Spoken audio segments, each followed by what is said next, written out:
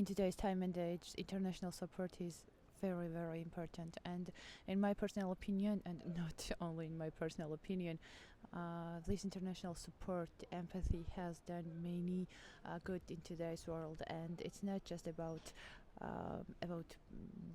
acting globally or about supporting just individuals. It's about humanitarian crisis, as we'll see in today's world. But there has always been wars and injustice. But I think when the internet is so becoming more and more realistic, and we as just human beings read and hear about other people suffering, genocides and stuff like that, we are the actual parts of the global history. When we read stuff in our history books, or we are at school and teachers or professors at the universities are telling us the horrible horror stories, what happened during the wars, during the tyrannies. But most of us have this feeling that, oh, that's a horrible thing to happen, and or we have this burst of empathy that we wish we could do something, right? But today it's become more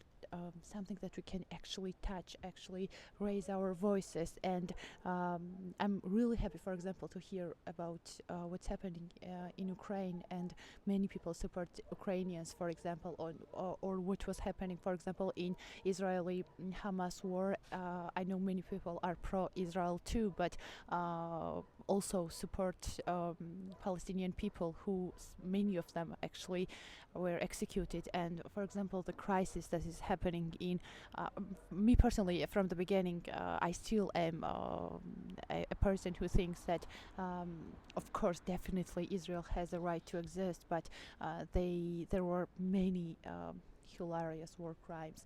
And for example, now what's happening in Nigeria, Christians are being killed in this. It's their just everyday life. But I come from Georgia, a small country which almost everyone knows in every part of the world. People are talking about Georgia.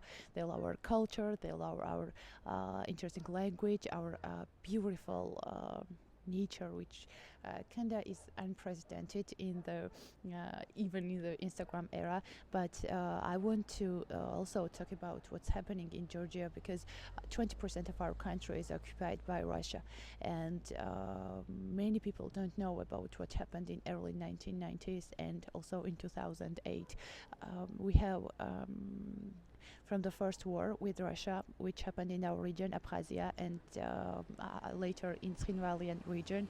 What happened there was not known for the world, because before then was not an internet era, so those voices have never been raised. We have our population is roughly speaking 3-4 million, and we have only from only two regions we have more than 300 internally displaced people. Internally displaced people are the people who, because of war and because of the conflict, had to move from their region to another region of the same country.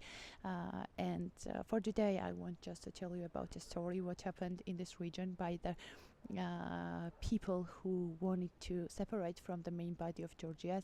They were financed by the Russian government, and many the most unbelievable horror stories happened in our region, Abkhazia, where, for example, just for the story of today, is a mother who had to swallow her child's eye. That's what separatist movements do in Georgia by the support of Russian government, and that's hilarious. I want to ask you guys just to know more about what's going on in Georgia and what's been happening for the decades already. Abkhazia is Georgia, Trinvali region is Georgia, Maleshin.